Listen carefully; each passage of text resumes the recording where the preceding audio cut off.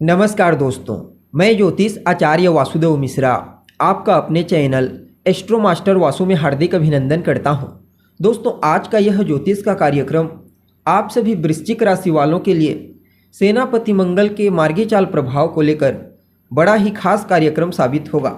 जी हां, भूमिपुत्र मंगल बीते 26 फरवरी 2025 की प्रातःकाल 7:56 पर अपनी वर्तमान शत्रु राशि मिथुन राशि में ही रहते हुए वक्री से मार्गी हो चुके हैं और आने वाले अप्रैल महीने की 2 तारीख तक यानी कि 2 अप्रैल तक वहीं पर रहते हुए आपको परिणाम प्रदान करेंगे और इसके पश्चात कर्क राशि में प्रवेश कर जाएंगे अपनी नीच राशि में।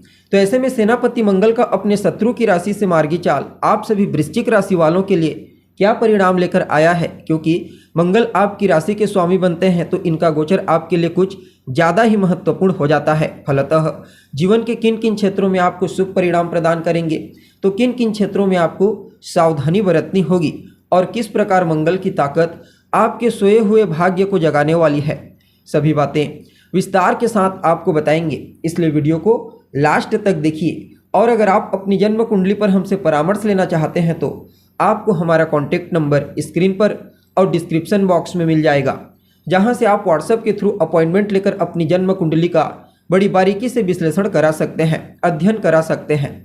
वैसे देखा जाए तो मंगल एक राशि में ज़्यादा दिनों तक गोचर नहीं करते। इनका जो गोचर काल होता है ना दोस्तों, एक राशि में लगभग 45 दिनों तक का होता है। लेकिन जब भी चर्चा आती है गोचर में सेनापति मंगल की तो सदैव इसकी चर्चा हम बेहद रूप से करते हैं। ऐसा क्यों? क्योंकि कर्म प्रधान विश्व रचि राखा।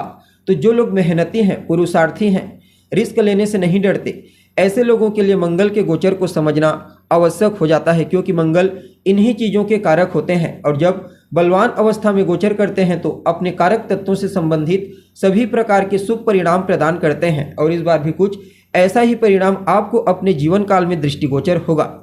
अब देखिए, आप सभी वृश्चिक राशि वालों के लिए गोचर कुंडली में अगर देखी जाए तो आपके 8वें भाव से अभी मंगल गोचर कर रहे हैं और वहीं पर ही वक्री से मार्गी हुए हैं।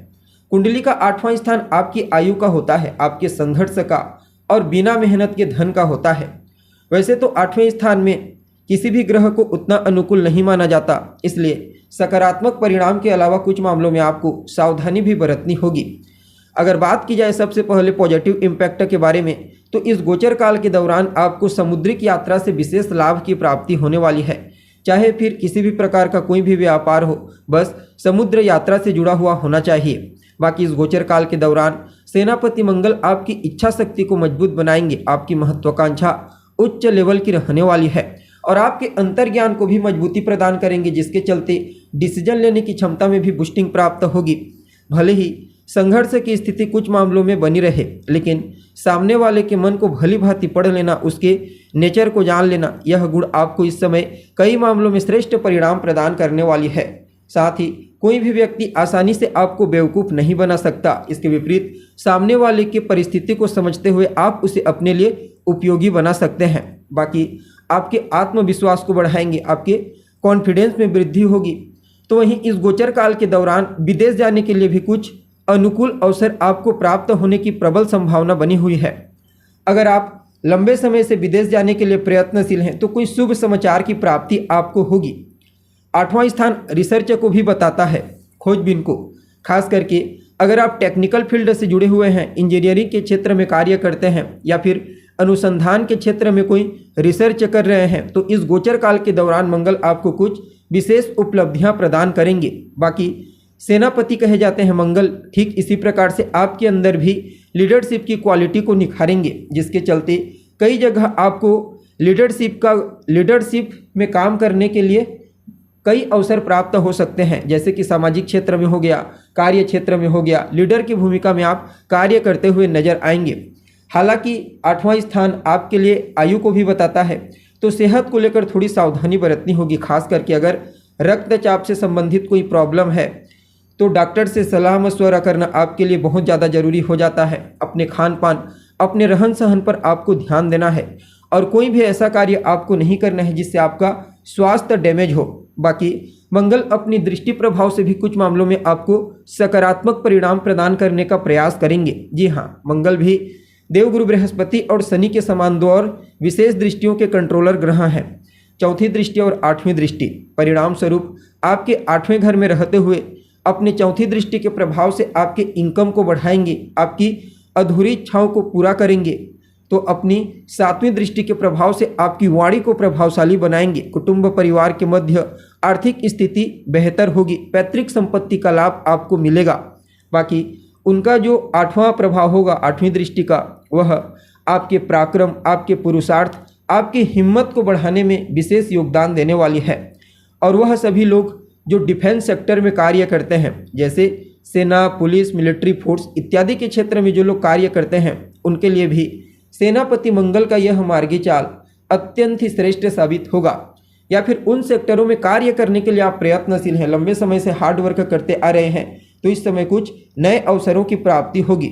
देखिए, मंगल एक अग्नि तत्व के ग्रह हैं, इसलिए रिश्तों में तनाव उत्पन्न करते हैं, टकराव उत्पन्न करते हैं।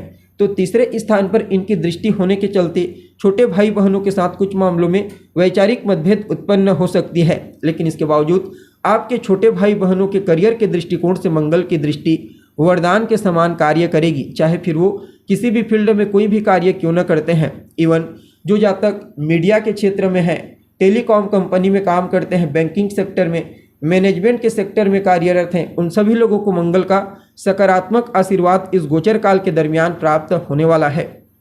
बाकी देखा जाए तो मंगल आपके लिए एक योग कारक ग्रह के रूप में कार्य करते हैं, क्योंकि आपके फर्स्ट हाउस के स्वामी बनते हैं लग्न स्थान के। तो कहीं ना कहीं इस गोचर काल के दरमियान वैसे तो सेहत को लेकर के थोड़ा आपको सावधान रहना है और स्ट्रगल की स्थिति भी रहेगी, लेकिन लग्नेश का जब अष्टम स्थान से गोचर होता है तो इसे अप्रत्याशित लाभ के दृष्टिकोण से बड़ा ही श्रेष्ठ माना गया है। अर्थात आकस्मिक लाभ के कई अवसर आपको इस गोचर काल के दरमियान देखने को मिलेंगे, जिससे कई ऐसी समस्याएं होंगी जो ऐसे सफाया हो जाएंगी जिसके बारे में आप कल्पना भी नहीं कर सकते। ऐसे बहुत सारे पॉजिटिव घटनाएं आपके जीवन काल में इस समयावधि में घटित होने की प्रबल संभावना बनी हुई है। यानी कि कुल मिलाकर के देखा जाए तो आप सभी वृश्चिक राशि वालों के लिए, क्योंकि अभी शनि की ढैया भी आपके लिए एक्टिव है, तो समय अच्छा रहने वाला है। कुछ मामलों में आपको सावधानी बस बरतनी है, बाकी नए मौके आपको प्राप्त होंगे। क्या उपाय आप कर सकते हैं? तो धार्मिक स्थलों पर चना, गुड़ और दाल का दान करना आपके लिए विशेष प्रॉफिटेबल रहेगा। अगर आप इसे कम से कम 4 मंगलवार करते हैं तो यह समय आपके लिए और फेवरेबल हो जाएगा। तो दोस्तों, अभी के लिए बस इतना ही। पुनः मुलाकात होगी एक नए एपिसोड में। तब तक के लिए नमस्कार।